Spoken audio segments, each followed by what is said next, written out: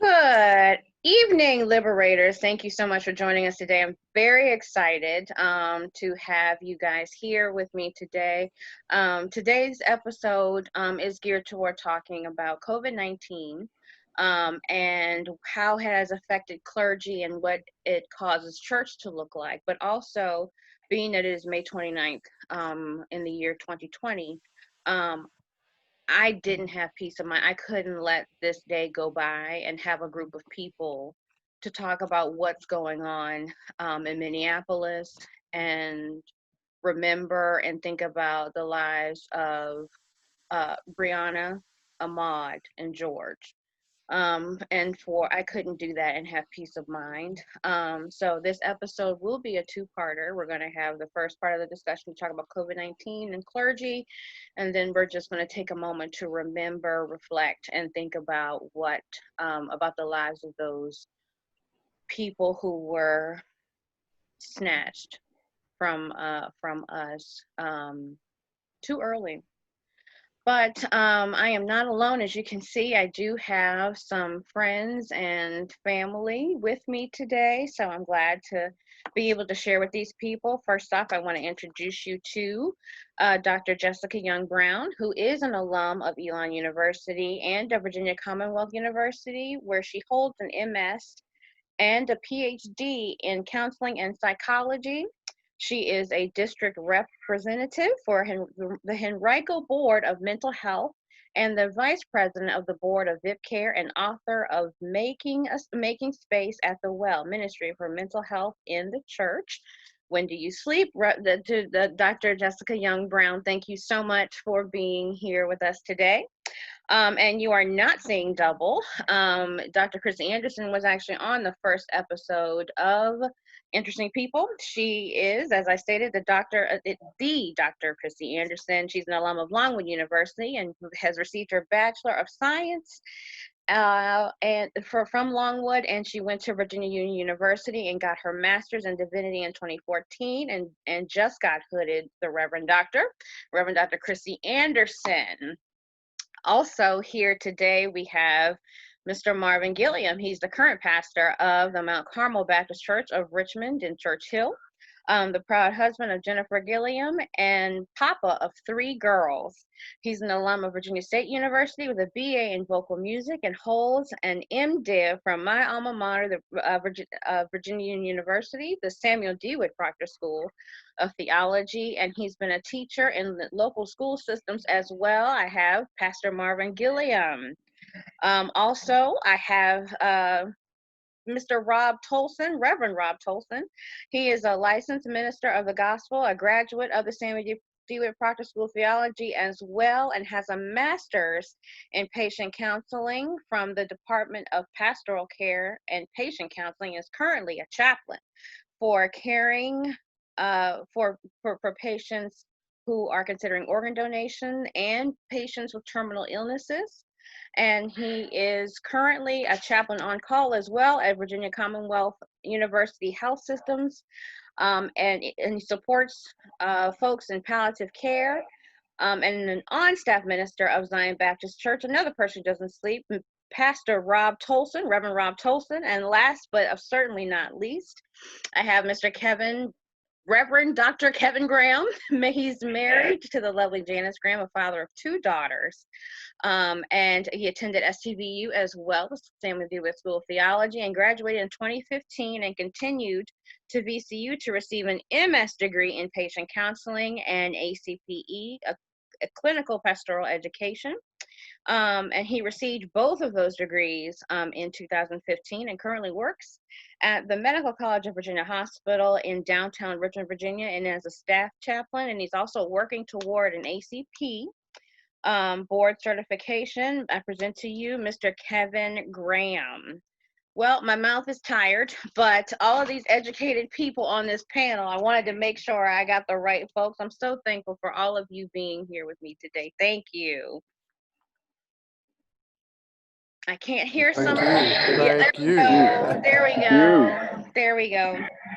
So I do kind of want to start off. I just want to come out right at the gate here and direct the first question to Dr. Jessica Brown.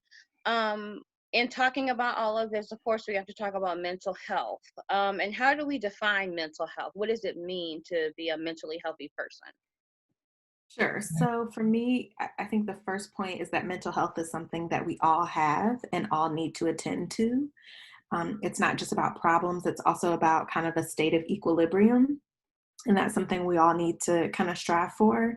For me, mental health is broken down into four different areas. The first is awareness and management of our emotions. So just knowing what we feel, when we feel it, why we feel it, and what to do. Having healthy and fulfilling relationships. So relationships that meet our needs, whether those are family, friends, romantic, work relationships. Having an understanding of things that stress us, how stress impacts us, and then how to manage that stress. And then having an overall positive sense of self and outlook on the world. And so good mental health means that most of the time we have those things or can get to most of those things. Of course, all of us have symptoms sometimes, but the idea is that when we know ourselves well, we can have tools so that when we are not doing well, we can engage in a recovery process to get back to that state of equilibrium. Okay. So it sounds to me that mental health is something that everybody honestly should be working on. That it's not something that some people just have it and then others don't. It's something that every living being needs to be working on. Absolutely. I think a lot of times we think about mental health as sort of the absence of mental illness, but that's Right. not necessarily the case, right? Because somebody could not meet criteria for a mental illness, but still not be at optimal mental health because they don't have good coping skills or stress management skills, or their relationships aren't what they would like it to be. So I think it's a good practice for all of us to kind of do an inventory on a regular basis to see where we are in those different domains. Okay. Okay. So is it safe to say, and I do want to kind of open things up to the rest of the panel as well, is it safe to say that somebody who doesn't have a good handle on their mental health, is it safe to say that they're just crazy or unstable, or are those terms dismissive, or how do we process that, especially in the world that we live in today? Sure. So I think those terms are dismissive and derogatory, right? And so crazy in particular has a really negative connotation. And number one, colloquially, we use it so much that it lacks any kind of specificity. And number two, if people are dealing with a mental illness, what we've done is stigmatize them further rather than offering a point of help or support. And so I'm a big proponent of throwing those words out of our vocabulary. I think there are times when we can be at a place where we're off balance or we're having symptoms, or maybe even we meet criteria for a diagnosis.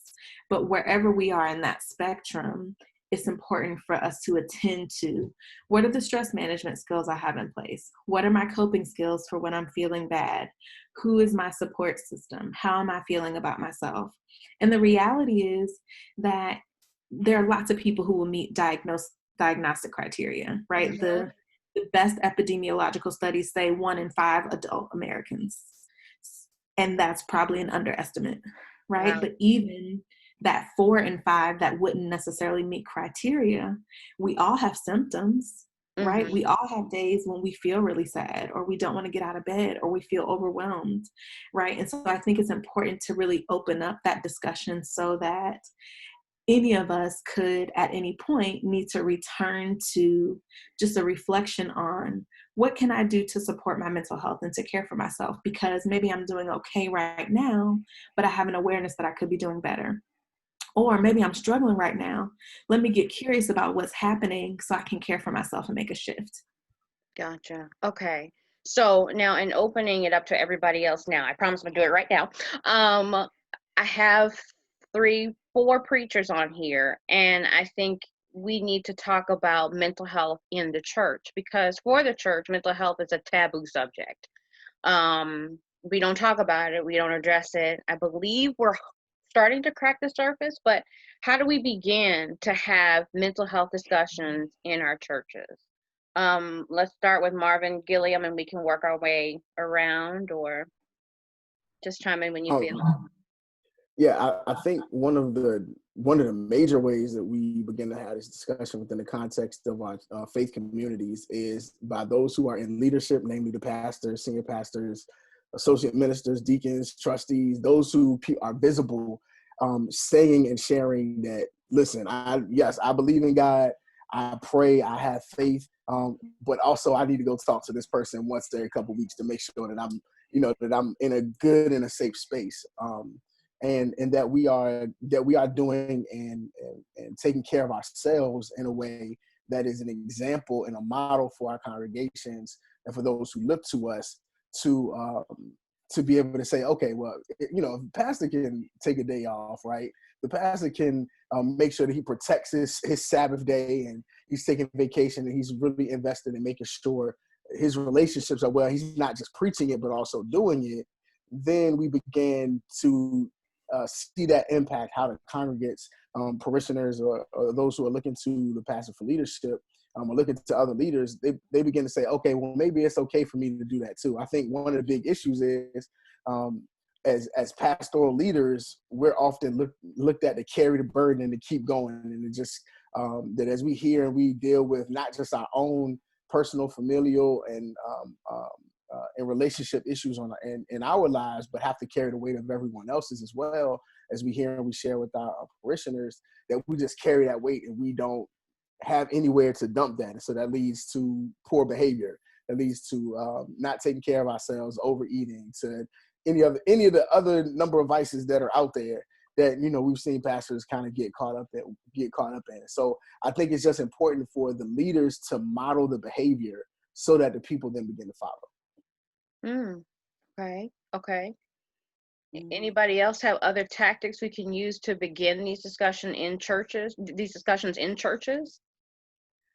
The other thing, and Dr. Brown, when she said it kind of threw some lights out. We've got to redefine mental illness for people. We have to help them understand what it really means.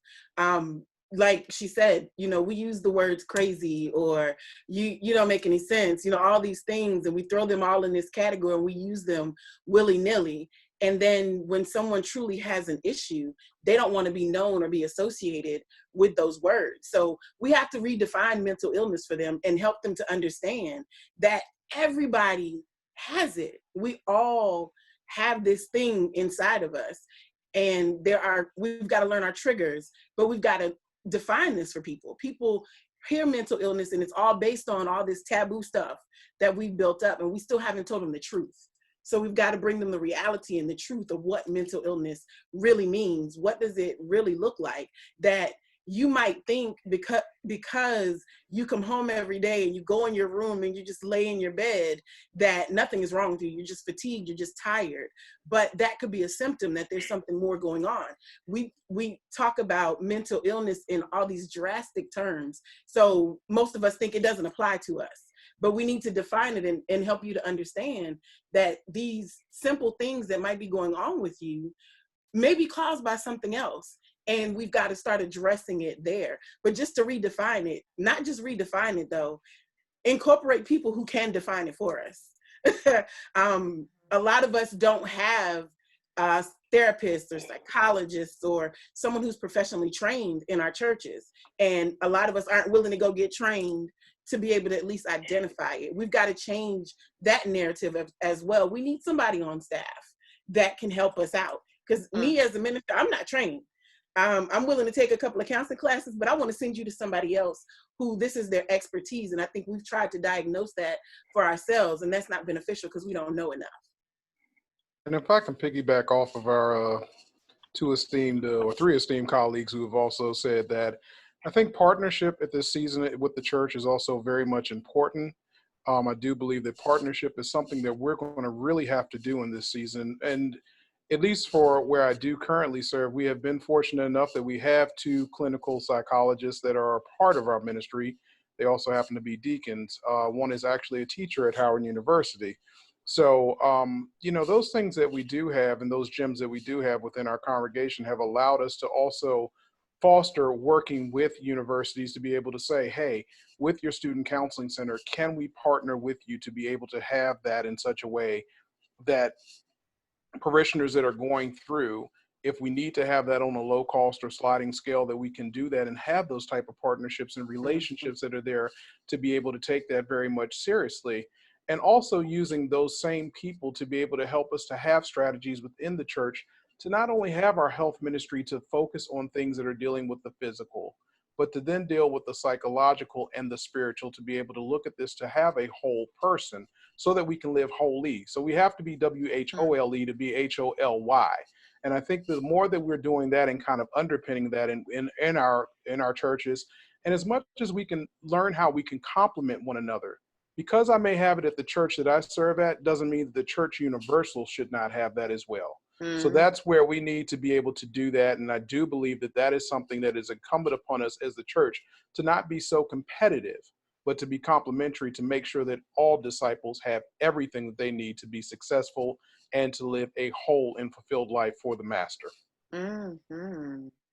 Mm-hmm. So I would just add to additionally, not that everything has not already been stated, but to address the misnomers that are typically in the room of our congregation, to say what the dysfunctions are, to talk about the areas in which churches typically struggle, to make it a plain fact that, you know, I know for a fact that you are hurting. I know for a fact that you might feel this particular way. I know for a fact that you are going through. Now, here is a list of resources, or here are some people in the community that I'm truly aware of that will be able to help and support you. We can't wait so much for them to come to us. We must be proactive and go to them and say, I see you struggling. I see you as a single mom with 3 children and having difficult times trying to even to attend church or to do this or to do that. And I see that you might be having a difficult time. Here is some opportunities to find support. Here are some opportunities to find some help. And I want you to know that as your pastor, we love and care for you, but I want to help you also to get additional services and additional support that are available to you for free that you can partake in if you are willing to do so. So we can't just know that there's a problem and keep preaching to the problem, but we need to sometimes have an outside conversation and sit down with that particular person and say, here is what we see concerning you and how we plan to help you.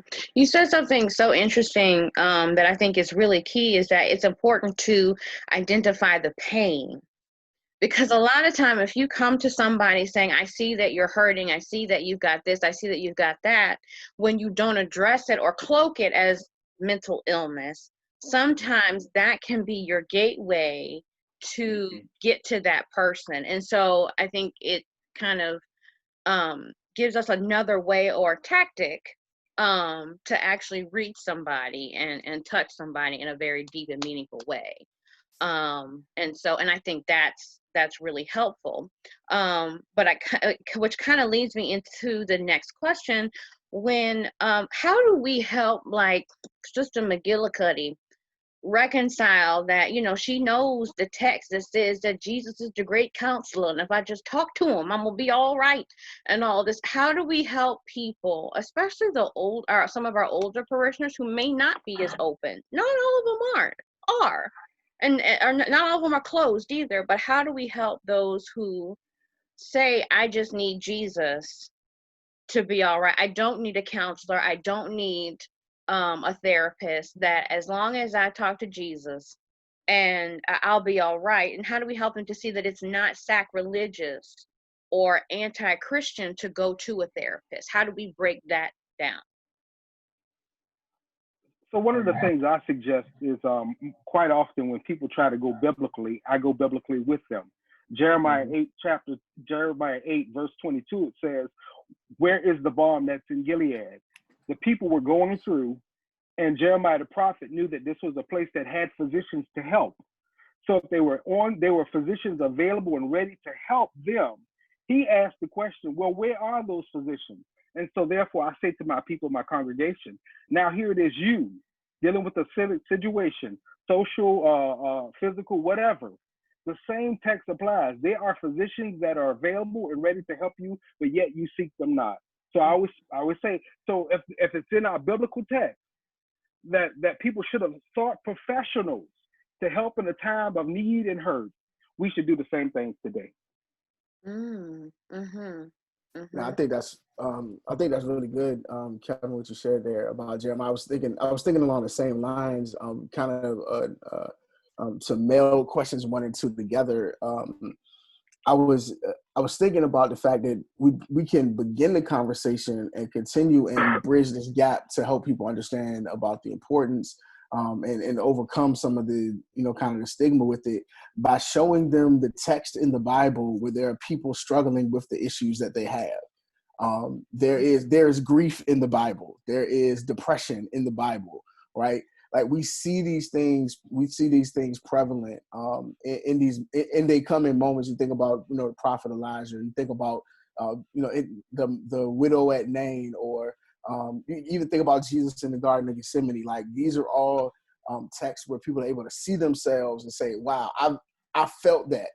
So if Jesus is feeling that, if the prophet is feeling that, if the widow is feeling that in the biblical text, now here's my bridge, here's my connection to say that, okay, it's not just me, that everybody in the Bible wasn't wholly walking around with halos around their head, like, that we can seek help. And I think Jesus kind of is in some ways an example of this for us, because Jesus rolled in a group of community, and while Peter, James, and John might not have been therapists, right? They were people, conversation partners, right? They were conversation partners to help, and they were there to walk through some of the issues and saw Jesus in these moments. And sometimes that's what people need to be encouraged, and not necessarily look at this as therapy, as in something's wrong with me, but more so that here I just need somebody to come alongside me in this moment to help me process what I'm going through. And I think a practical point too is, I think a lot of times there's a concern that the therapist will be sort of dismissive or not understand the experience of a believer. And that's a big concern for people, right? That, it will be this sort of anti-faith experience to go to therapy, exactly. right? And so I think it's important that we as church leaders build our resource lists, so that when we're doing that referral that Kevin was talking about, we're not just throwing them a number, where we're saying, hey, this is somebody who is a believer, who works with believers, who can help you integrate your faith into this mental health experience. I mean, I literally have clients that I assign going to Bible study as one of their therapy homework assignments. Right? Because if you're socially isolated, that's a point of connection, and you can get some word. Right. And so I think it's important for us to do the legwork of finding those therapists who can help the two to meet, because it doesn't have to be an experience that's contrary to what's happening in church, but we do have to do the legwork of finding the folks who can integrate people's faith experiences into the therapeutic process. And dare I even say that we bring that therapist or the therapist into the church so that the members can see their faces and match it to the list that we gave them. Absolutely. Right. And one of the things I encourage pastors to do, or whoever's creating that list, is actually to call the therapist ahead of time and have a conversation with them, so that when you're making that referral, I call it the transference of trust, right? So when you're making that referral, you can say, look, I've talked to this person. They're good people. Here's what I know about them. In my conversation, I really got a sense of who they were, and I believe that this person will help me to take care of you. I'm not going to stop praying for you. I'm not going to stop journeying with you, but we're going to pull in this person's expertise as a part of the way we believe God can help you in this moment. And if I can just maybe add one other thing, that is a strategy that we are now implementing within our congregational context. We are now looking at and really trying to program out throughout the year different topics, so that we are able to then walk through. And so our preaching and teaching, and even moments within the service, and even moments afterwards, to offer support after the service, because we realize that we may prick something there that may be, sort of a nerve that's there, that we do utilize those resources that we do have. But I think it's also incumbent upon us to not necessarily just go to maybe very familiar scripture sometimes and not really deal with real issues as well. To me, it's troubling to have women that may have suffered through molestation, rape, or some other things, yet we don't cover that from the pulpit. And I think afterwards to then not have a strategy to deal with that as well. So I think that some of those things that are there that are very much deep, we've got to deal with that. We have to be able to deal with some of our Old Testament figures that have had issues with drinking, let's say, and being able to work through that, then to say that, you know what, that is a family system issue that went on with Noah. That's something that we may be dealing with generationally within our family. And we really need to have strategies that then say we need to go around that. We can't just wear pink, for instance, in October and deal with breast cancer, then not deal with domestic violence or some of the other things that are there that may not be sexy, may make some things uncomfortable. But I think in that discomfort that we have from the pulpit or in leadership, we also then have to have a strategy then to tap in support resources to be able to be there to deal with and journey with people, as we say, because it can't just be a moment that we do on Sunday and not really have a plan to journey with people afterwards. And I think that investment really will help to edify the body of Christ and edify the believer to then really try to look at some things and hopefully help to turn them towards the mirror and then say, you know what, with this and with the system that I have, if we really are working and journeying with somebody, that we know that we will get help together and deal with the issue together. I think togetherness is so important because people, I think, don't want to feel like they're doing something alone, especially dealing with the stuff that's going on inside their head, because stuff spinning around in your head is a lonely thing.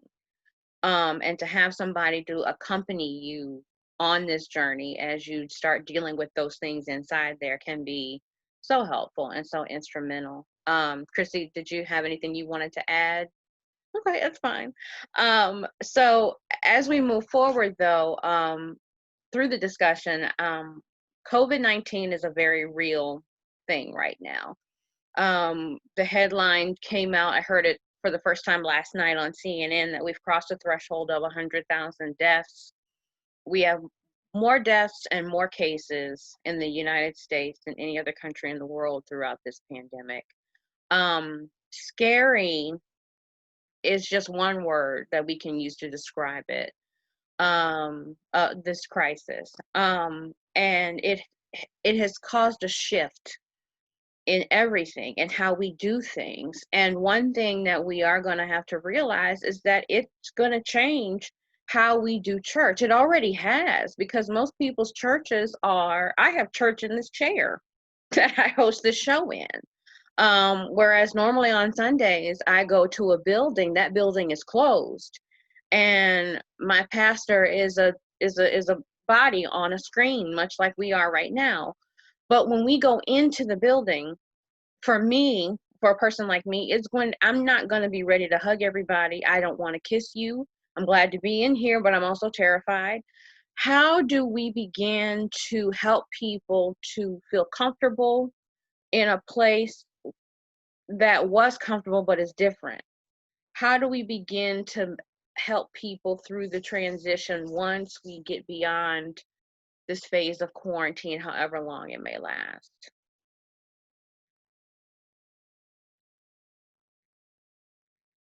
How do we help people feel safe?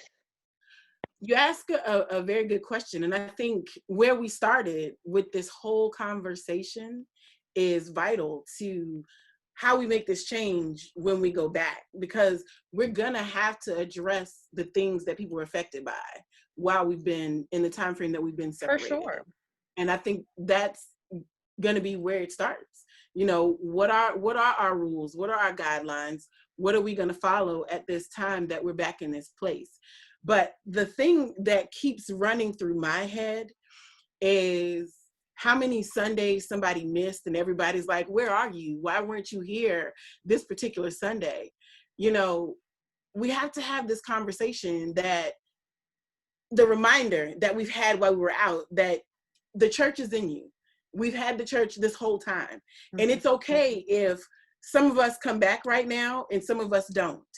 You know, those conversations that you have to find where your comfort zone is, because it doesn't matter how much or how well I tell you I've prepared for you to come back into my building if you're not comfortable.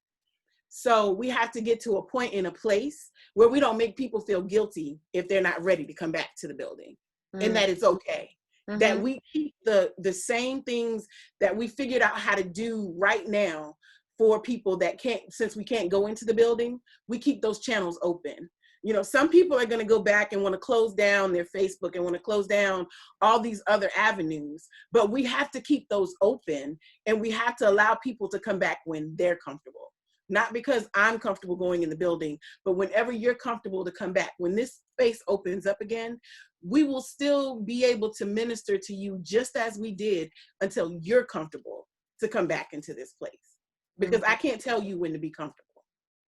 Okay. Okay. What measures do we need to take in church? Because I know for me, at church, especially the church that I go to, we are very affectionate. There's a lot of hugging going on. We eat together. We share things together. In this process, is church going to look the same after all of this is over? I doubt it very seriously. This is actually, I remember having a conversation. We, at our church, we decided to, we went to, after the NBA shut down, I think like the second week of March, we went to church one more Sunday in the building. And then the fourth Sunday of March was our first Sunday that we were in the virtual space only. And one of the things that I shared with our leaders as we met and were, kind of making these decisions was, listen, I said I have a strong feeling and a sneaking suspicion that churches, that we're not going to be the same on the other side of this. And the further we've gotten into this season of stay-at-home orders and virtual church and connecting virtually, the more I'm beginning to realize and see how many things are going to have to be different. And talking with parishioners this week, a couple of them asked me, "Hey, Pastor, when are we coming back?" And I was like, "We're not coming back until we have absolutely everything in place to be sure that you can come into the building and feel comfortable and be safe and be healthy. Because I don't want you to come to church to worship and get sick in the space we're supposed to be, finding healing, right?" And what I shared with them was the amount of detail and things that we had to think about and the processes that we have to think through about how we're going to do offering, how are we going to do communion, how are we going to manage fellowship time, how are we going to determine how many people can sit in our sanctuary with social distancing measures, and how are we even going to ask the ushers to be able to help implement that, right? And so there's so many things that we have to think through that even sometimes, now I'm in a space where, I was telling the church we'll be back in July. But now I'm just like, we'll be back when we're back. We'll make sure we'll let you know. And for many of the members, they've really appreciated knowing, one, that the priority isn't just we need to get you in the building, but the priority is on your physical health as well as your personal health, as well as your spiritual health, rather. And so as we prepare to, as churches begin to open up, as that time comes for churches on whatever timeline that they have set, I just think it's really important that we really communicate with our faith communities where we are in the process, what's going to be required of them, what are the steps that we've taken to make sure that this is a safe space for you to come and to worship. But until that time, you have to work hard to continue to connect with them in whatever means possible that you have available, whether it's Zoom meetings, whether it's Facebook, YouTube, whatever it is, phone calls. I mean, I think this has driven the church back to, to some old school things, like using phone trees and just calling and checking on folks. Because so often we would just depend on Sunday and say, "I see you on Sunday, I know you were good this week." But now we got to call and check on one another because we don't see each other in the physical as often. So I think those are things that we have to really, consider and be mindful of as we, kind of navigate this season and move into the new normal that would be the church. These are all valid points, and I appreciate it because it's so important for people to make sure that people feel safe in these spaces. Jessica, did you want to say something? I was just gonna highlight, Marvin didn't say this specifically, but something that he was kind of talking about that ran through was this idea of just being very transparent about your decision-making process, and if you're going to say, "No, we're not coming to church until XYZ," then to be really clear with people, like, this is why this is happening. Yes, they say that we can go back to church, but here's why we're not. These are the points that that explain why we're not. Because the other thing that I think as the church we have an opportunity and a responsibility to do is to empower people to make wise decisions. And so when we model our own decision-making process, it equips our folks to be able to do that as well. Because the reality is, church is only one of the decisions they're making about their safety. Yes. It's also about, do I go to the hair salon? Do I go to this meeting that might be held in August? You know, and so I think we can model that. Like, let's look at the evidence that we have, and let's look at what it would take for us to really do this safely. And here's our process. And Kevin, I definitely want to either hear from you or Rob on this, because both of you work in a hospital setting. So you have stared COVID-19 in the face. And so what is this? How do we merge those two worlds together in this talk of safety and this talk of coming back together in churches? How do we merge all of this together? Well, I'll start out, then I'll pass over to Robin Tolson. So the privilege I had in working in the hospital, we were made aware of this back in February, and again, have the conversation with my congregation early parts of February, explain to them what the problems were and what the difficulties were, and we started to consider what we might have to do going forward back in February. The unfortunate thing is we did not see cases of the virus in our community where the church is until April. So then in April, we had to physically go through the process of shutting down and doing more remote services. So that whole process has been very different for us, which makes us to understand that our process of coming out of the COVID share. Hey, Kevin, I got to stop you right there because you're breaking up a little bit. You're breaking up a little bit there. Okay. Our process is going to go a little longer than others. Okay. Because of when we started to have cases in our community and where we are now. So we are having to inform them week by week where we are and what the numbers look like. As of today, there's only 68 cases in our community. But if you look down the road in Petersburg, there's 100+ cases, plus there's astronomical number of deaths. So my process has been trying to make them aware of where we are as a community and how we proceed. And with that, I'll pass it over to Marvin. And I will just kind of follow up with that. And as you mentioned, in terms of working within the hospital system as well and doing hospice, what I have seen is that this is not necessarily, in terms of some of the things that may be being discussed within the media, I don't think that they've done an accurate portrayal in terms of how deadly this is for people once they get it. And I don't know sometimes in terms of the interactions that I see people doing across social media that they really get as well how bad this is.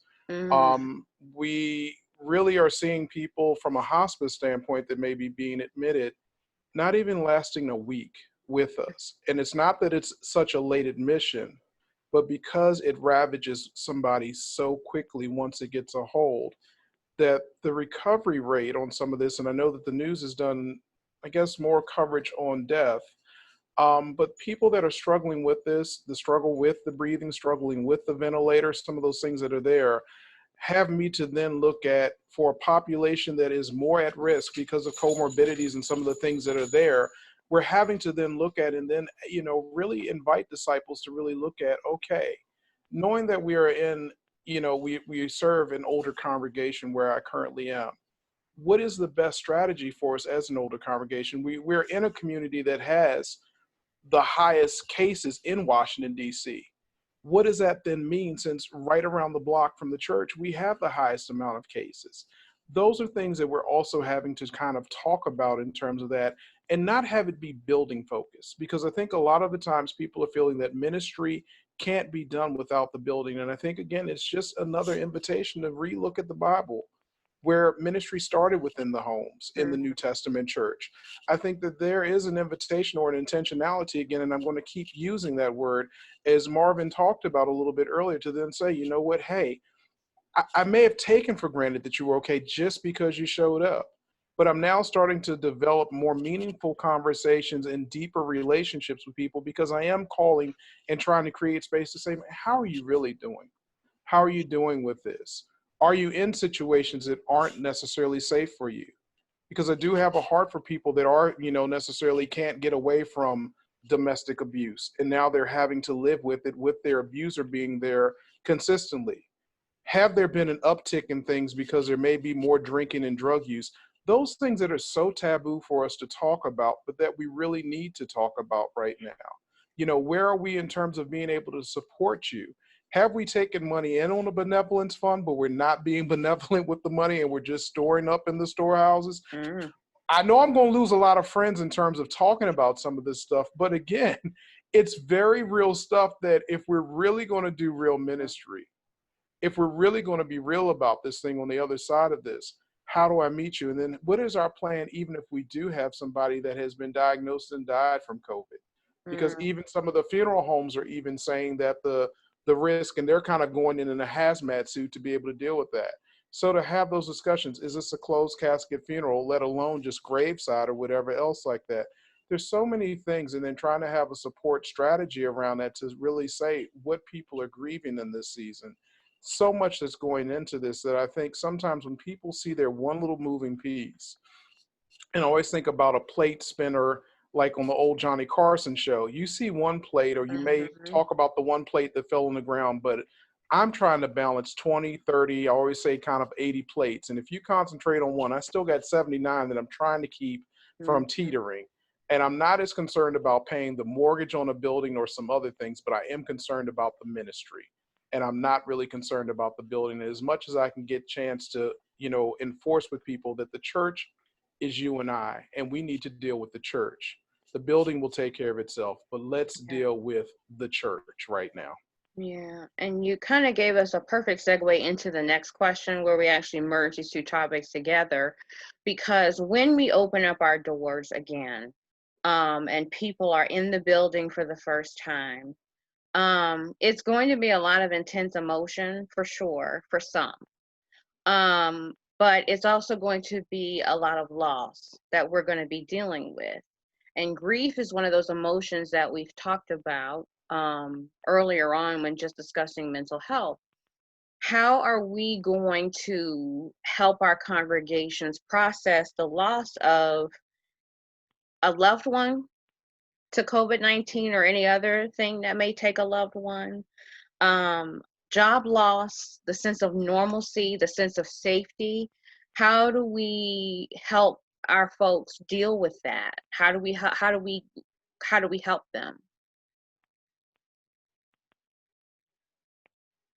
I think a big piece of what we can do is really give people the space to name their pain without trying to pray it away in the next moment. I think, and we don't do this on purpose, but if I think about the traditional Black funeral and some of the language that we use in those moments, the message is often stop feeling, rejoice. And we don't do it on purpose, right? But what we want to do is to help people to grasp that joy is coming.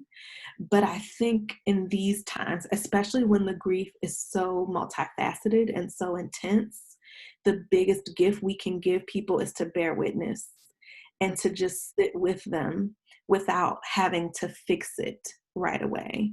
Because so much of the healing process is naming and expressing those emotions. And I think, frankly, the Black church in particular, we don't always do a great job of that. We tend to want to push through to the breakthrough kind of thing. And so I think we'll need a space to sit. I was speaking with my brother, who's also a pastor, and we were just talking about the challenges of having a funeral during these times and how much it robs us of the cultural experience of grieving. And we need a way to reclaim that, even if it's not the way it's always been. We need a way to just name, this is different. I mean, my family, I lost an aunt, not to COVID, but due to other causes, but because it happened during this time, we couldn't have a funeral for her. And so we gathered on Zoom to give reflections. It wasn't the same, but we needed to do something, right? And so I think we've got to be thoughtful about making contemplative and reflective spaces for people to feel what they feel and acknowledge the pain before we try to move forward to the healing piece.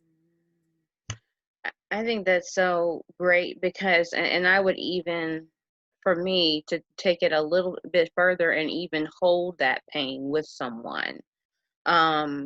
That sometimes, and I think people don't realize the value of just allowing somebody to just cry or weep, or you just don't, there really aren't any words to say, that you just allow that person to feel that, and then sit there with them, give them tissues if they want them, give them, and just be there with them. The ministry of presence can be so, so important. Kevin, you had something you wanted to add? Yeah, so I was just going to say, I'm a practitioner of practice being present with the person that I support as a pastor and a chaplain.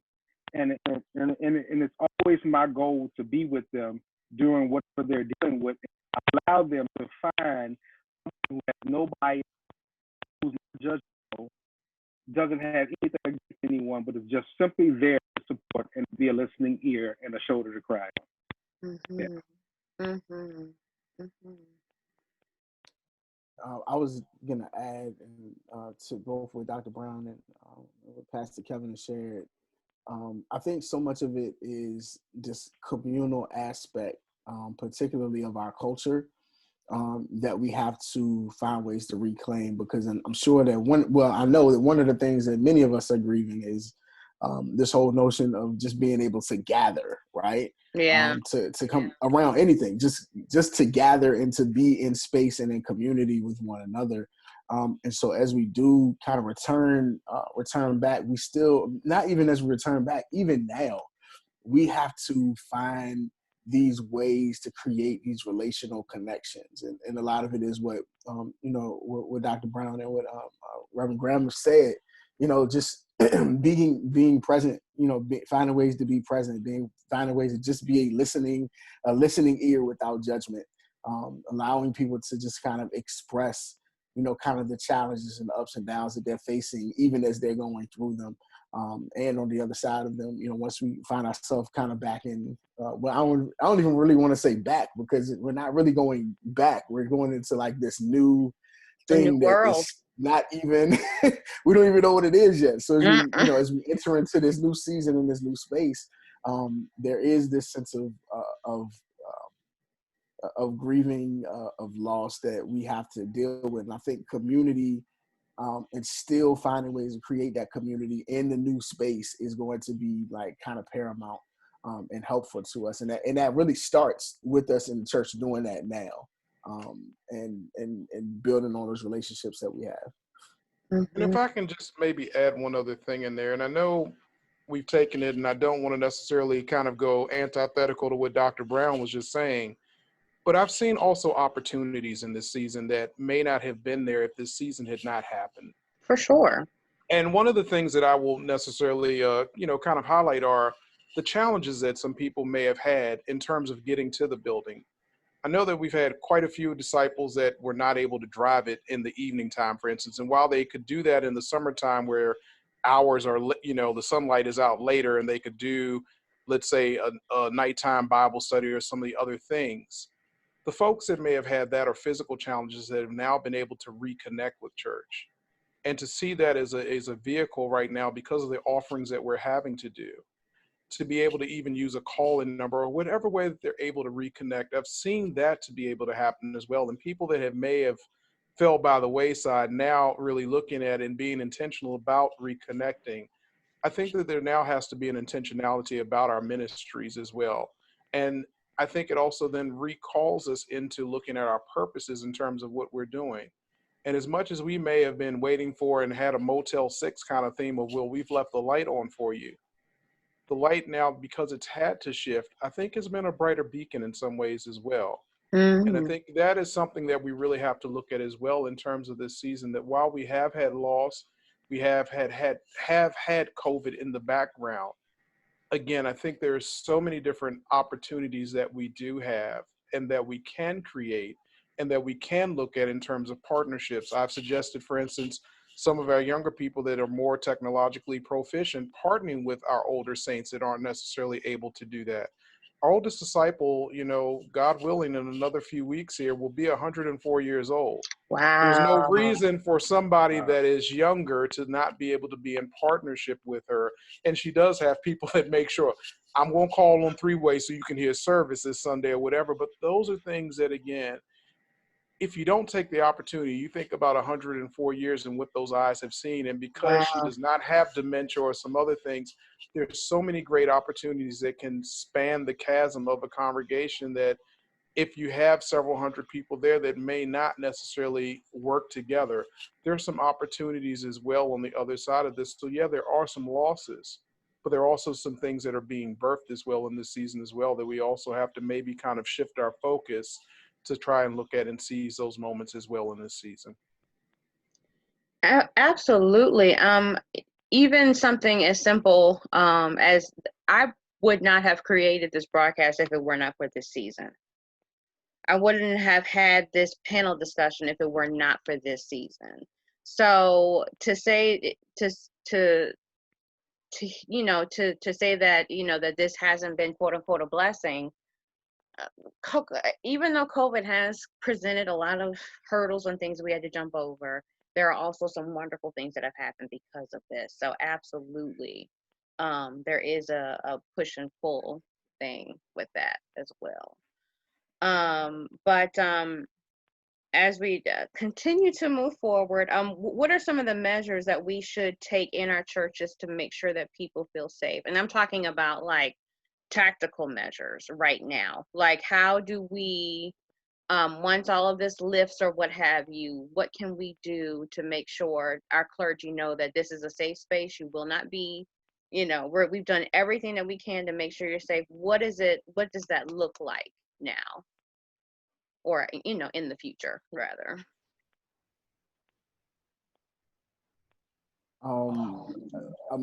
I think in terms of strategy that we have to employ, I'm assuming you're speaking more of like as we return to the building. Yes. Like, yes. What are the particular measures? Yes. My head hurts thinking about all of them. I know. And the reason I ask is because you're not the only one whose head is hurting when we think about this.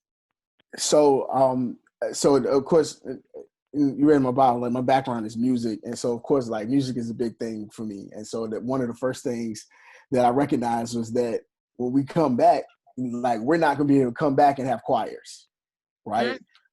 Because singers are considered to be super spreaders. Because as you sing, the droplets, they're flying all over the places we're talking right now. And as you sing, you got to do that. And you have to be cognizant of microphones. Even now, as we pre-record worship service, when we're using microphones, I was like, okay, we got to be a lot smarter about this. So I bought a bunch of brand new mic covers, bought disinfectant wipes to make sure that we're wiping down the mics before and after. Everybody has their own mic cover that they put in a plastic bag that they keep themselves. Like I have my own. We try not to switch mic, but we rotate singers out, so we have to do that. But just trying to take all of the precautions. I mean, we have to determine in Virginia, the governor said that right now we have to wear masks inside of buildings. It's been mandated. I think that started today, and so we have to consider when people come back to worship, are we going to require people to wear masks, only people that are caring for COVID patients or whatever the case is? What does sanitation station look like? What does social distancing look like for capacity of the sanctuary? There are churches that I know that reopen that are taking reservation for worship because their capacity isn't what it used to be based on social distancing measures. So they take reservations and they tell people, okay, we have, they may have 2 or 3 service offerings, and they say, okay, we don't have 4 seats for your family for the 9 o'clock worship, but can you come to the 11 o'clock? We have 4 seats there. Wow. One more that I just had in my mind. I thought, the length of worship services, so that people don't have to utilize the facilities, the bathrooms and things like that. Right? Like, and we have to consider too that when we get back, people would have gotten used to a shorter worship time, right? our worship service at Mount Carmel is usually, it runs between an hour and 15 and an hour and 30 minutes. We've been able to trim it down to about 45 to 50 minutes. And I've already had people tell me, Pastor, I like that. When we come back, I don't know if my attention span gonna be able to go back to the regular length of worship service. And then it's, and so there are churches that will have to consider, are we gonna move from one service because of the size of our congregation?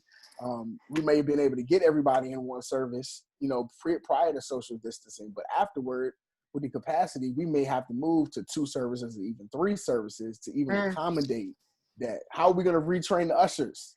Are we going to take temperatures when people enter the building? How are we going to pay for sanitizing between building usage? Wow. It's way more. It's more questions than that. It's way more. My head hurts. Wow. I'm sure Kevin and others can think of some other things that to share. But I mean, that's just the kind of the tip of the iceberg there in many regards.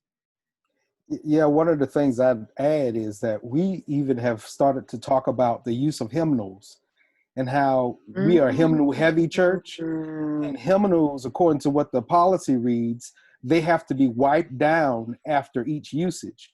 Well, we all have had books in our lives. If you wet a book, what happens to it? It destroys the book. So we're already talking about other means of how we will display just hymnal texts. And we already talked about the fact that, you can't use choirs. We'll probably use 3 members of our praise team. Musicians have to be more spread out, skipping a pew between groups of people, and on each pew being distanced between 6 feet, talking about how we keep children safe. Children love to touch and to hug and to play and to do all these other things, and talking about potentially having different areas where we might spread the children out so they're able to move around and yet still have a service. And I like what Pastor Marvin said about the length of service. I've had that same comment. Our church service lasts about an hour and 15 minutes to an hour and 30. But people already said, Pastor, this 45 minutes is real nice. It's real nice to hear a word and go home, So, there's a lot. There's things that we don't even know that we will have to consider right now already.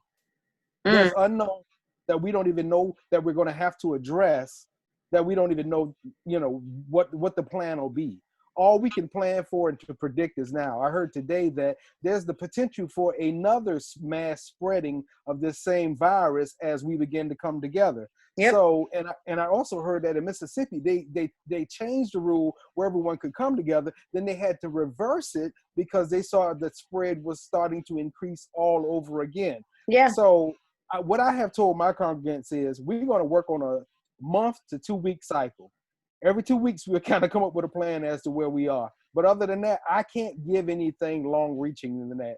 And my original thought was we would have been back in church by now. But as we suspect, it'll be late July going into August before we can even start to have that conversation about what we're going to do. So.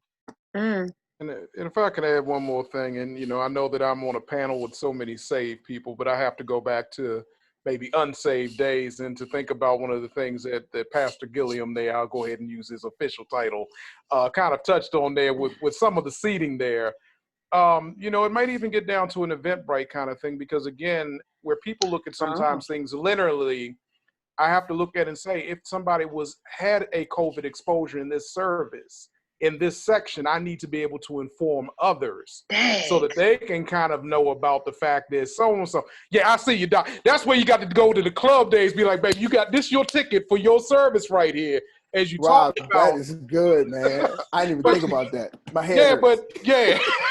Well, I also dropped something in there, and one of our other classmates that did it, that we don't have to think as hard. Some great jewels that I just shared in the email with you all as well that I invite you all to take advantage of looking at there. But there's so many different things to even know the risk that you put others in terms of reopening, that again, when everyone's asking, Pastor, when we going to reopen? When we coming back? Baby, I got to think about everybody. And then if one person comes in sick and what they can do to expose, if one child comes in sick, if we want to reopen the nursery, if that's something that we're going to put on the list, there's so many different things that I'm going to have to now track.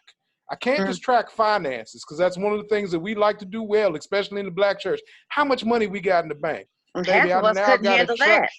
Right. So now I got to track your health, and I got to make sure in terms of your health and know possibly that you may be a carrier of or have exposed people in this worship service based on where you were sitting in proximity around.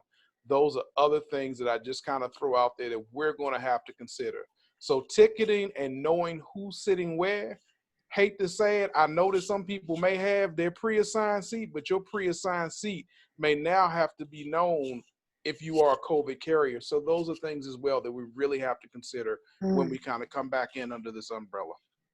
Because I believe there was an article that came out I think it was either the week before last or even prior to that, when a church in Georgia opened back up and somebody there was positive and exposed at least 180 people to COVID. And so now this church has shut down again. And now they have to call 180 people to get them tested, to get them, quarantined, to make sure they're not touching anybody else. And so we have a situation on our hands. Like, it's a legit situation. It's I was gonna say, Tiff, even here at the beginning, at the leading edge of the COVID, kind of the COVID crisis, as it was kind of becoming more known what was going on, as we were just beginning to understand it. We had a situation here with a church in Richmond where the church hosted a revival, and like 6 people that were at that revival had died. I think 6, maybe more. 3 or 4 of them were members of that church where the revival was held. And the pastors had to, to eulogize them. And that was before we really knew what was going on. And so now it just makes, and I've heard that church is saying, look, we won't be back till New Year's Eve.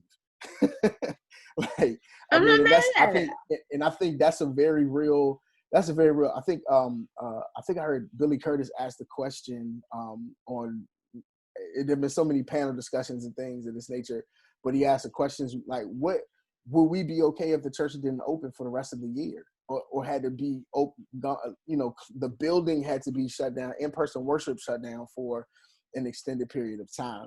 I wanted to hop on the back of something Rob said earlier about the opportunities we have in this season, and how this is another piece that we have to consider as well. Many of our churches now are in the virtual space, and that means that we are able to do something incredible, that we're able to use these social media platforms to evangelize, right? That now people who wouldn't be connecting with our church regularly and entering our church building are now tuning into our worship services, some for a minute, some for 3 minutes, some for 15 minutes, some stick around and they tune in every week. But these are people that wouldn't be connected with us. Some of them may not even live in our area. So then now, how do we continue to keep them engaged when they've connected with our ministry? And they want to be a part of what we're doing, but they live in another state or in another time zone, or perhaps even in another country, right? So these are also things that we have to begin to think through about the practical aspects of maintaining the virtual space while also managing the in-person worship. I read an article and I'll close with this. I read an article the other day about a church, I think it's in California, that described itself initially as a church that had 7 locations. It was a church in 7 locations, and it also had an online campus. Now they describe themselves as an online church with 7 physical locations, meaning that the online piece is their primary piece, and that it's going to maintain that way even when they're able to open back and return to in-person worship. And I think we have to be considering that, particularly if we have put ourselves in space where we are on YouTube or on Facebook or on Instagram, and people are able to log in and connect with our ministries. Mm-hmm. Mm-hmm. And what I will say too that COVID-19 has done is that it has shoved churches that may not have been in the 21st century. It has pushed them to the 21st century, whether they wanted to or not. Some churches smaller churches especially, didn't want to be on the interweb or the internet or whatever. And now they're forced to be there because of the situation that we're in. But again, like you're saying, it does create a new opportunity for us to do church a different way. Whereas people don't have to come to us, we can come to them. Where the church is not just this building on 3rd Street, it's on 5th Street and 8th Street and 12th Street. It's at this, and it's the same church in all of those locations. Yeah, And so no, I was gonna say, I was sharing with our folks. I was like, listen, this is the easiest time there's ever been for you to be an evangelist, for you to share the gospel of Jesus Christ, because you don't gotta ask nobody no question. You don't have to say, do you know the Lord Jesus is the pardon of your sin? Like, you can hit the share button on your Facebook page. Like, it's literally that easy for you to share out. You can start a watch party. You can send a link to something. Like, it's literally that easy now for us to do that. And I think that's such a beautiful thing for us to recognize in this season and in this moment, because it helps us to begin to think, kind of think evangelistically about what we're doing, not just saying I'm getting what I need in this moment, but I'm able to share this with somebody else who may find themselves in need. And so we're going to have to be willing to make the financial investments. We were talking about money a second ago in the Black church, but we're gonna have to be willing to shift our budget priorities. That's why I said this makes our head hurt, because now, like, these are all of the things that I've been thinking through over the last couple of months. Is like, how do we change our budget priorities now to match the season that we're in and the season that we're going into? Which means we have to invest more in technology, because we want to keep some continuity between our virtual worship and in-person worship when we do open back up, right? We have to make some investments in new staff members and things like that. Or bring on interns or whatever the case is to manage some of these things to help us to be prepared and to be good stewards over the space that we're entering into. This is a webby situation. It's a very tangled web that we have to navigate with this whole situation, and it is it's not going to be easy, but there is definitely a way out and a way through. And honestly, we're going to be figuring this out as we go along. And it's going to be some days where we're going to be like, oh, that really didn't work. Like, it was a big fail. But we're going to just have to go back and try again. And I almost don't want to let this go, but I do want to shift gears, and I know we're rounding about that hour mark. And so I don't want to, as a group of Black people in a space, I could not let this moment pass without talking about what's happening to Black people in this country right now, and how we deal with the deaths of 3 people. We already have 100,000 deaths of people that were, but then we have 3 who died at the hands of police. And Black people and police haven't had a great relationship over time. And we have 3 Black men in this conversation. And it wasn't just a Black man that died. When we talk about these 3, a Black woman also died. And the first question is pretty basic. How are you feeling? If you can put it into words, how are you feeling about all of this?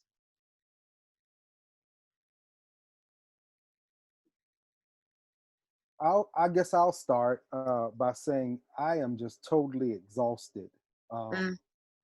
Just with the numbers of times we can continue to see this same situation, to continue to see someone who is our brother or our sister disrespected and disregarded and put out to pasture in this format. And the recent events have just really just floored me that we still see the same things happening the same way with the same results. But now that that people have gotten to the point where their frustration has become outrage and destructive and and aggressive in the manner in which it is, it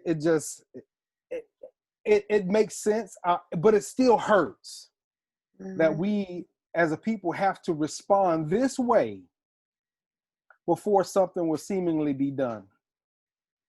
And in my view, in my lens, that's somewhat of the outcome. It's not until the outward show of aggression and the destructive nature has to come out that we can get results. And I'm just beyond frustrated that we have to resort to that for people to really see. It's not like this has not been the first time an event like this has been seen nationally, internationally, and globally. But this time, when it is seen, in 4 days, at least someone is arrested over to one of you. And I would add, I think the frustrating part for me is even the violence or the outward show of aggression that is very much warranted. Still, we don't even have a track record of that producing results, really. It brings attention to it. Yeah. But, it's like we're all yelling in the middle of the street in sackcloth and ashes, and nobody's listening, and so the word that was coming to mind for me was exhausted too. Like, I'm just kind of at my breaking point with the whole thing. And I think we've got to think about, yes, resist and protest and do all of those things to make our voices heard. But we also need to, at the same time, think about how to care for ourselves so we don't just become overwhelmed and inundated with the repeated images. It's not healthy to keep watching people who look like you die. It's just not healthy. And so we've got to think about what it means even to resist by caring for ourselves. And I think that looks different for all of us. Dr. Brown, if I can maybe piggyback in there, the PTSD that our community suffers that we don't talk about. I'm angry right now. I too am exhausted. And, I'm questioning right now.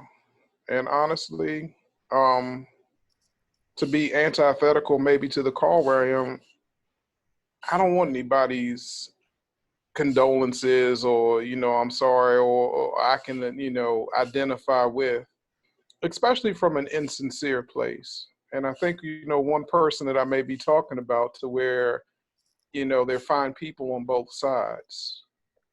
Sometimes we need to call right, right, and wrong, wrong. And we need to be able to stand up to that. And when your skin doesn't look like mine, and then you put out tweets that stoke the flames of things that we already have had the undertones of where we have had racial divides, but you put out a tweet to say that, if you loot, we shoot. We've had enough. We've had enough. And it's time for somebody to stand up and say that we've had enough. And I feel with that as well, I've really have tried to then enter in with people that have then said, well, you know what, keep your prayers to yourself. I want justice. Like, justice and prayers don't have to be mutually exclusive in this season. We can have both. And I think right now to be able to do that as well and to try and figure out how to have that kind of healthy dialogue as well. So the church is not ostracized or castrated in this season as well, to where people feel like, well, we've done it your way, Reverend. We prayed and we prayed and we prayed. I'm not saying pray without trying to also have justice. Now, whose justice it is? For some, it's going to mean someone else's death. Can't join you in that party. But I can join you in the party of saying that, justice does need to be doled out. And we can't keep having senseless killings and feeling like it's okay. Because these are the ones that we're seeing on camera. What I am scared about are the ones that are not being recorded and the things that are not being shared. And with that, that's where I say I can identify when we start talking about things. I definitely feel like Jeremiah because I weep right now. I really do weep, and I have deep lament right now for what is going on in this season.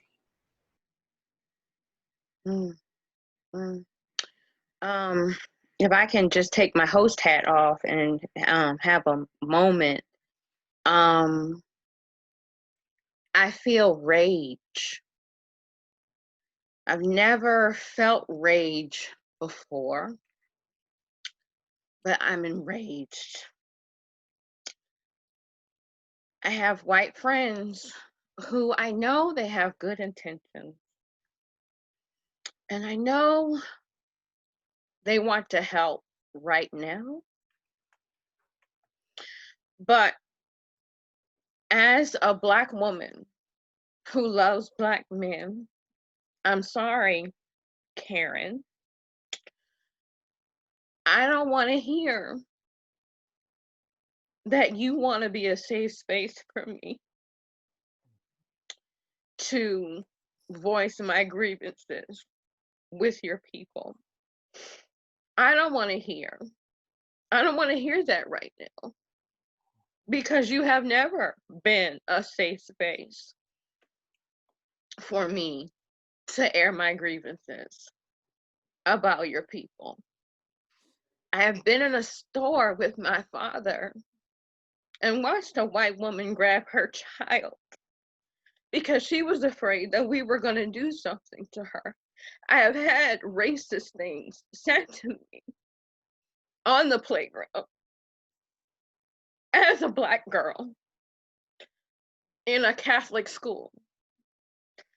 I have been in workspaces with white people and had them disrespect me because, or not understand why my hair is a certain way. I've been denied a job because I wore my hair, my afro to the interview. So if you're coming to me with this whole idea that I'm a safe space, that you're a safe space right now, you are not what I need right now. You are not. And if you want to be an ally, if you're going to be an ally, you have to go and get your people and check your people. Because I'm not going in the street anymore. We've done that. I'm not beating down or tearing down doors. We've done that. Now is the time for you to pick up the mantle and go talk to your people. And if you want, and if you really want to be a help to people of color, I don't need you to pick up the microphone. I don't need you to speak for me. If you have the microphone, pass it over and allow me to tell my own story and allow me to be heard and take me seriously and don't tell me how to feel about how something plays out. Right. So sorry, I had a real moment there, but that's just where I am. It's just where I am right now. Because I'm tired. I'm tired. I'm tired. And I know we have to keep moving, but and I just kind of want to just kind of keep moving it into this question is how is the church, how should the church respond in these moments? Because the church was the birthplace of the civil rights movement, and the church is what fueled it. How do we as the church respond to these moments, and what is our call in this moment?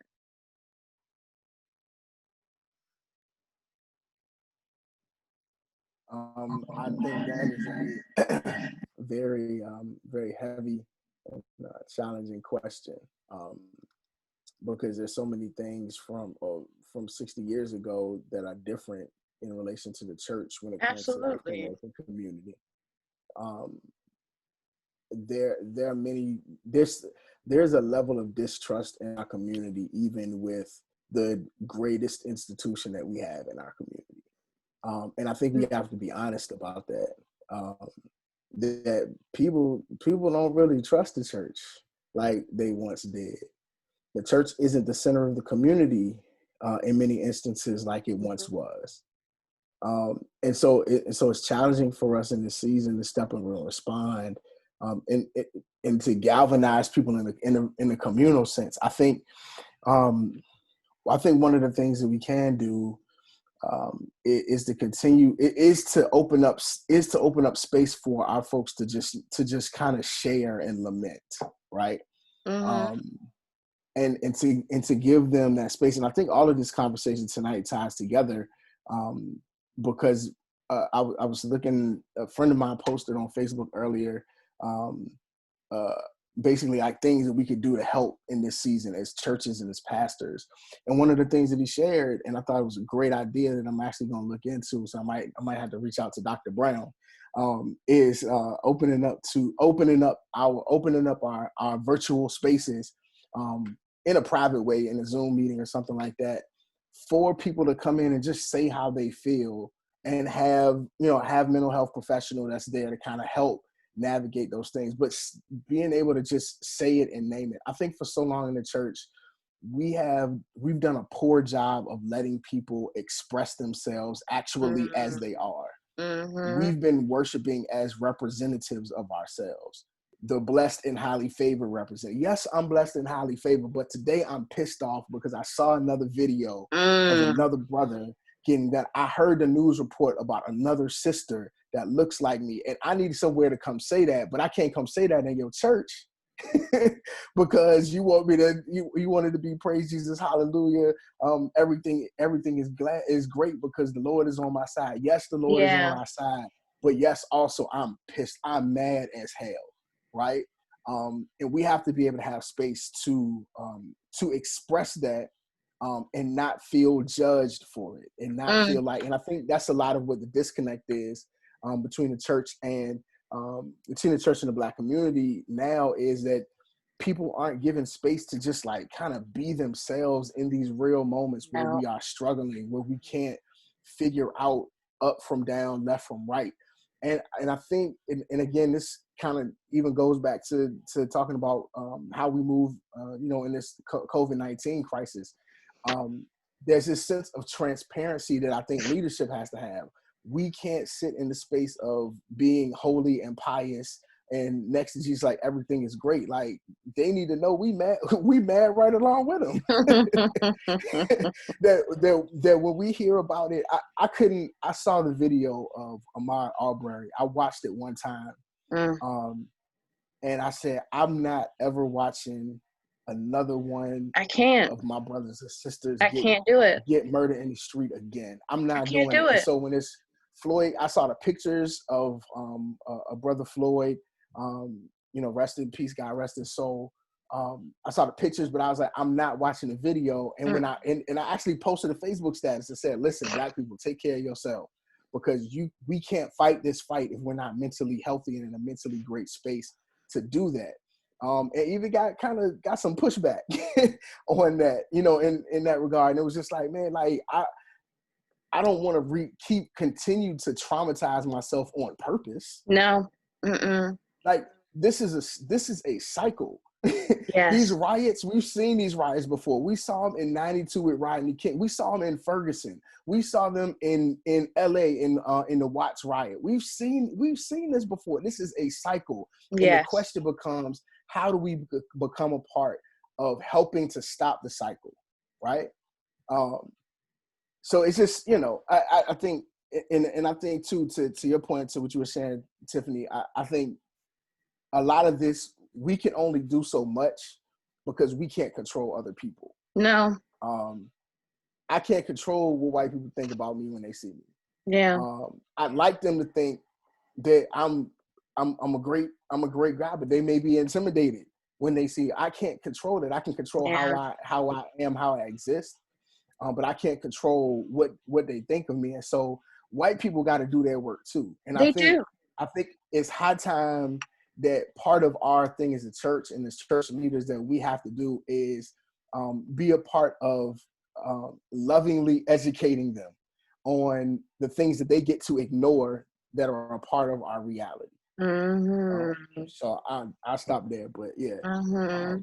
But I'm pissed. I'm pissed along with everybody else. Well, what I would add to that is invite them to some resources to educate themselves, right? Right. Because enough people I'm tired of is educating folks who halfway listening. Yeah. You know, and I have to use my energy and my resources wisely. Mm-hmm. So here's a list of books. I'll send you a link. But I don't have the capacity to just share with you about my Black experience right now because I'm trying to manage it myself. Mm-hmm. You know, and so I think it's also about us taking the liberty and saying, you know, essentially what you were saying, Tiffany, like today's not the day. I'm not the person. Go read a book. Mm-hmm. Mm-hmm.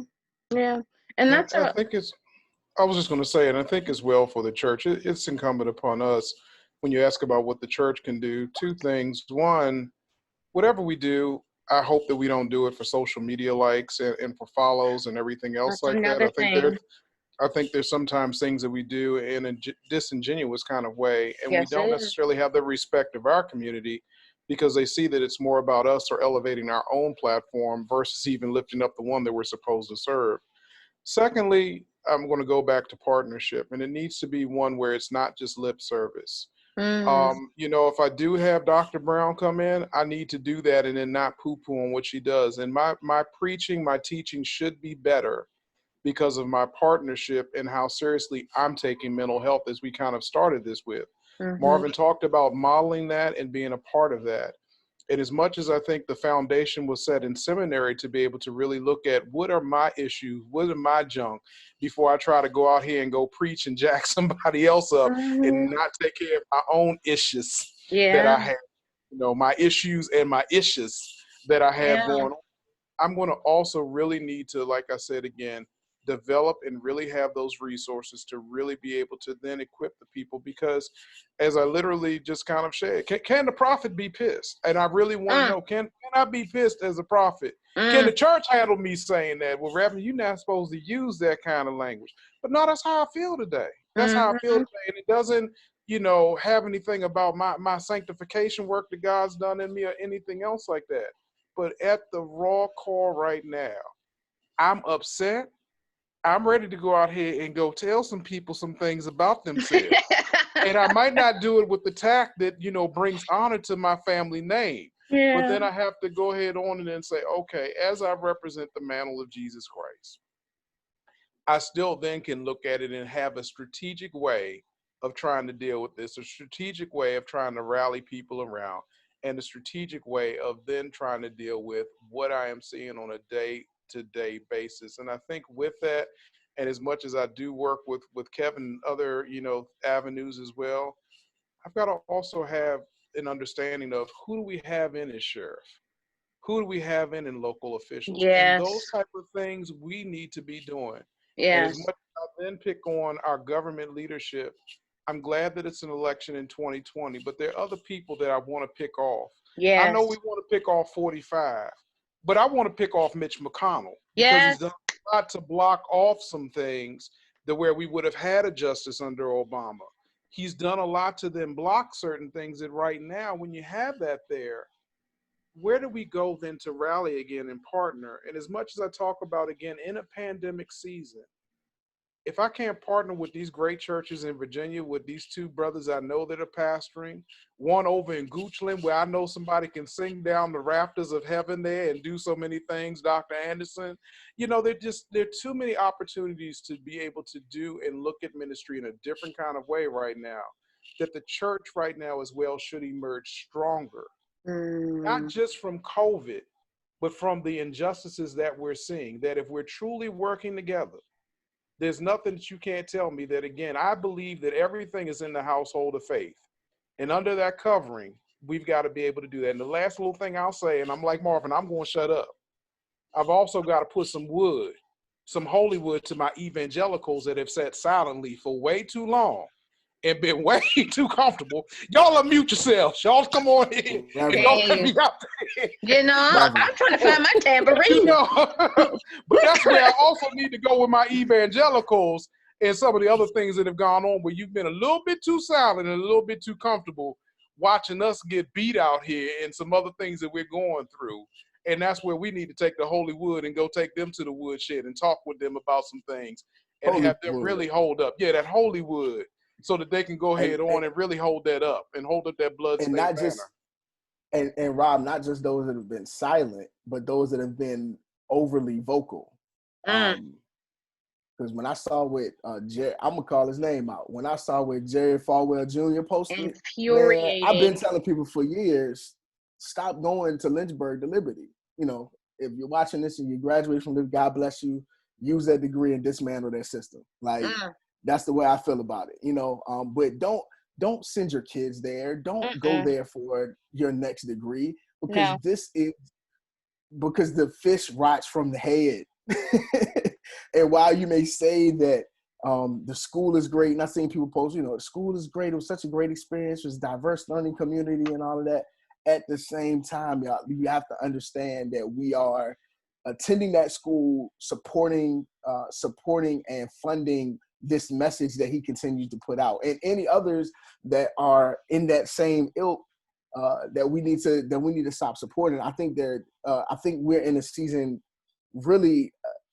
You know, we've kind of perpetually lived in the pandemic, right? I think as Black people, right? So now we're in more of an exposure, even a convergence of crisis, right? Where we have health disparities, you have economic disparities, educational disparities, we have these social disparities that we're facing. And so, you know, as we're trying to manage all of this and trying to deal with all of this, you know, we have to just make sure that we are speaking up, and just making sure that we are being heard. That's one of the things I think as a pastor in the last couple of days I've been struggling with, because I got to preach tomorrow, because we record on Saturday. So I got to preach tomorrow. So it's like, now I have to, and it's Pentecost. And it's like, all right, I have to make sure that I am in a space where I can kind of deliver a message that I pray is from the Lord, and that I've studied and shared and prepared, but that is done so in a way. And in many ways, the events of this week have adjusted what will be said. And so I've been wrestling with the idea of being heard, of hearing and listening in the Pentecost text, right? Because MLK says riot is a language of the unheard. Yeah. And what it means what is the difference between being being heard and being listened to? I think there's nuance there that's important for where we are in this season.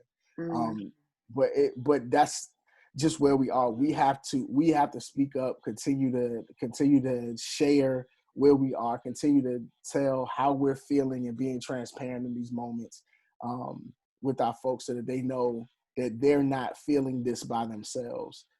And we have to also create space for those who want to know, to educate them, whether we are giving them a list of books, whether we are sharing our experience, or whether we're just kind of creating community where they can hear the stories of others so that they can kind of understand where we're coming from and then begin to do the work that they need to do on their side, to help mitigate this whole situation. This has definitely been an amazing and worthwhile discussion. I know you all are busy people and y'all have things you need to do. I saw RJ come in earlier. He's so cute. And so I know you guys have lives you have to get back to, but thank you so much for sharing in this moment, in this discussion. My hope is that the conversation doesn't stop here, that it does in fact keep going. I'm grateful that all of you shared what you shared, and just to hold space with all of you at this time, in this moment. So I'm grateful. Dr. Krissy Anderson, Dr. Jessica Brown, Pastor Rob Tolson, Pastor Kevin Graham, and Pastor Marvin Gilliam, thank you so much from the bottom of my heart, for sharing with me, for sharing with us, and for helping us to deal, for helping us to deal. And I want to thank everybody out there for joining us today for this special edition of Interesting People. And I hope that something was said that will help to encourage you, empower you, and help us to build a better world. Until next time, I'm Tiffany Coleman, and I'll see you on the next go around.